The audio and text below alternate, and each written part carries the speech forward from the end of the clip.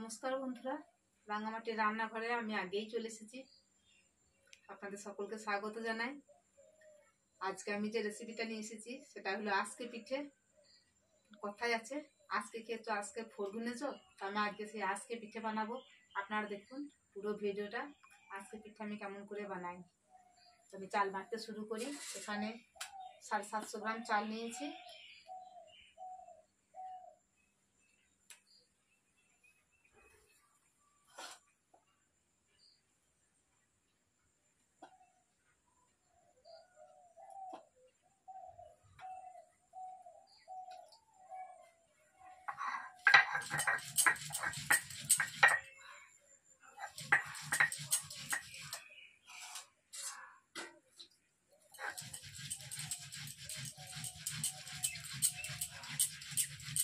এই পিঠে বাটা চালেরই ভালো হয়,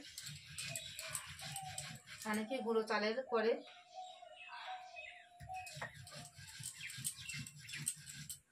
আমি শিলে বেটে নিয়ে পিঠেটা বানাবো। দেখুন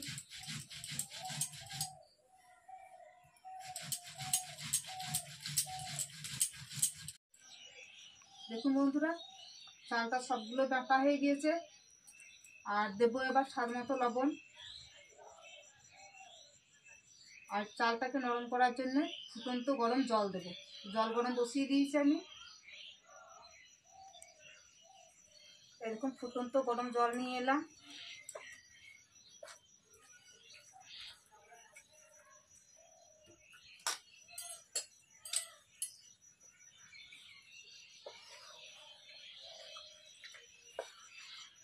ফুটন্ত গরম জল দিয়ে, ঠান্ডা জলে চালটা বেটে নিয়েছি ঠিকই, কিন্তু ফুটন্ত গরম জল দিয়ে মাখলে এই পিঠেটা খুব ভালো ওঠে সরা থেকে। আর পিঠেটা আমি বানাবো মাটির সরাতে। মাটির সরাটা আমি আগেই পুড়িয়ে নিয়েছি। মাটির যে কোনো জিনিসই হাঁড়ি কড়াই যাই বলুন না কেন, সরা সব কিছু আগে থেকে একটু তেল দিয়ে সেটাকে পুড়িয়ে রাখতে হয়, ফেটে যাওয়ার ভয় থাকে না। তাই আমি সরাটাকে আগেই গরম করে পুড়িয়ে রেখে দিয়েছি তেল দিয়ে। উনুন জ্বলে উঠেছে দেখুন, আমি সরাটা বসিয়ে দিয়েছি। আর দেখুন চালটা কতটা মোটা করে আমি গুলে নিয়েছি। দেখুন চালের গোলাটা দেখুন।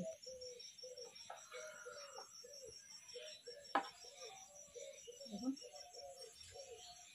সরাতে আমি প্রথমেই দেবো, তার জন্য একটু তেল দিয়ে দিয়েছি। আর কিন্তু তেল লাগবে না, এটা শুধু ভাপেই হবে। আর দেখুন সরার একটা ঢাকা নিয়েছি, এই ঢাকা দিয়েই এই পিঠেটা হবে। সরা ঢাকা পিঠেও বলে বা আজকে পিঠেও বলে অনেকে।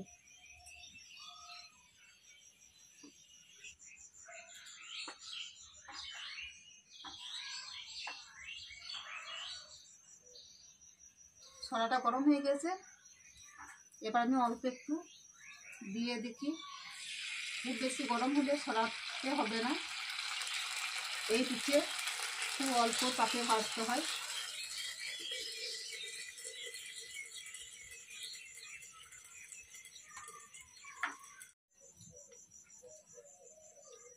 ঢাকাটা খুলে নিয়েছি, দেখুন অল্প একটুখানি দিয়েছিলাম, খুলে নিলাম এটা।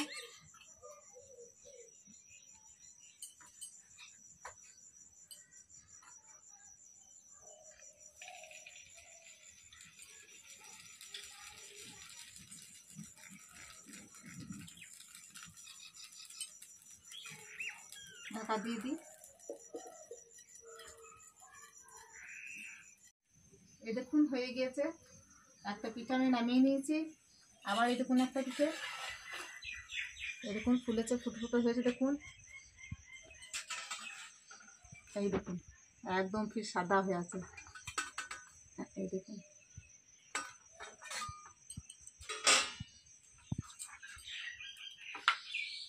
এই পিঠে খেজুর গুড় বলুন বা যেটা দুধ যদি গরম করে মোটা করে নেওয়া হয় তাহলে দুধে ডুবিয়ে খেতে খুব ভালো লাগে।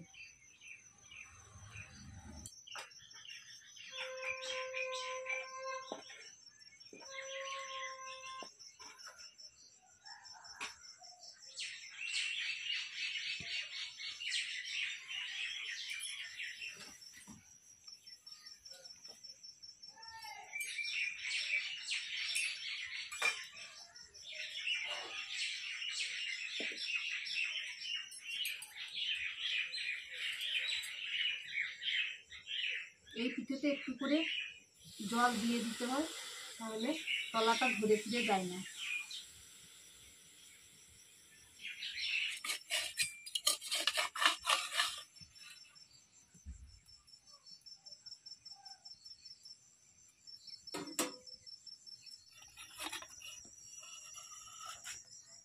কত সুন্দর ফুলেছে দেখুন, আর কত সুন্দর জালি জালি হয়েছে দেখুন।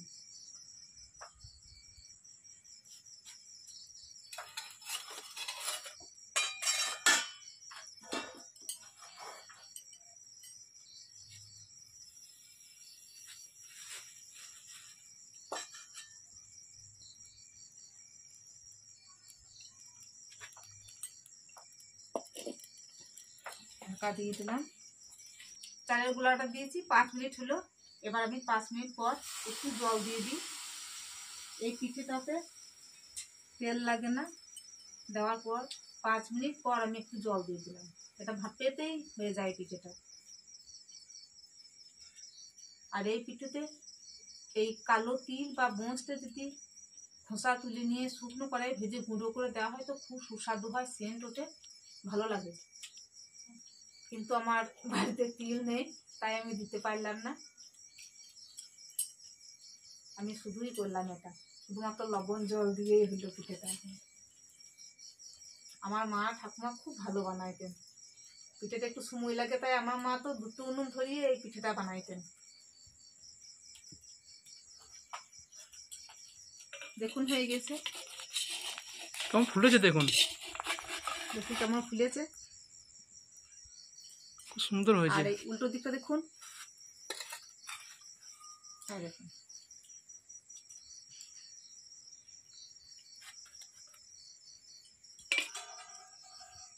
সব পিঠা আমার বানানো হয়ে গেল, আর একটাই হবে।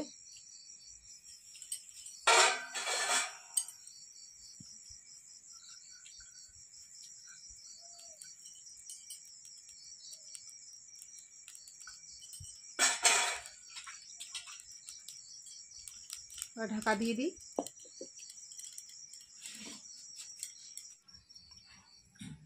দেখুন বন্ধুরা 4 মিনিট হয়েছে। এবার আমি একটু জল ছড়িয়ে দিই।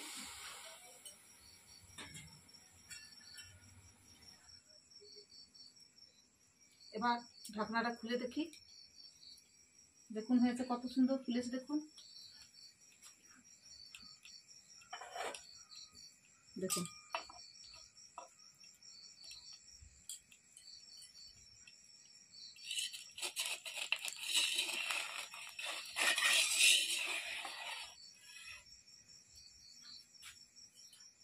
দেখুন উল্টো পিঠটা দেখিয়ে দিই একবার, দেখুন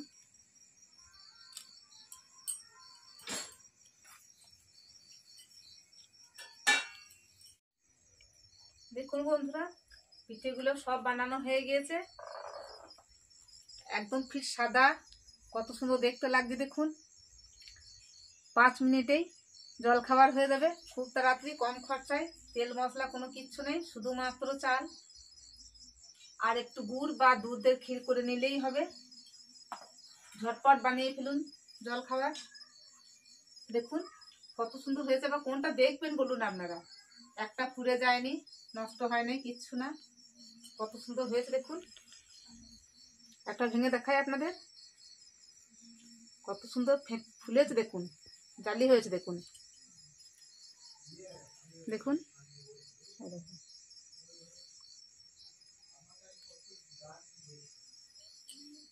দেখুন। আর কোনটা দেখবেন কেমন জালি জালি হয়েছে দেখুন, ফুটো ফুটো হয়েছে দেখুন চারিপাশ, মাঝখানটা তো ফেটেই গিয়েছে। আবার একটা দেখাই দেখুন,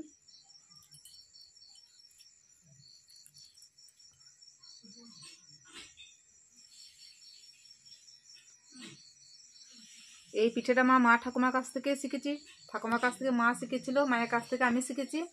দেখুন কত সুন্দর লাগছে।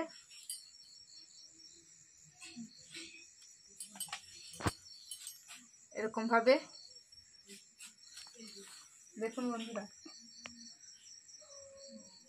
এই পিঠে যদি আপনাদের ভালো লেগে থাকে অবশ্যই কমেন্ট করে জানাবেন, লাইক শেয়ার করুন, সাবস্ক্রাইব করুন।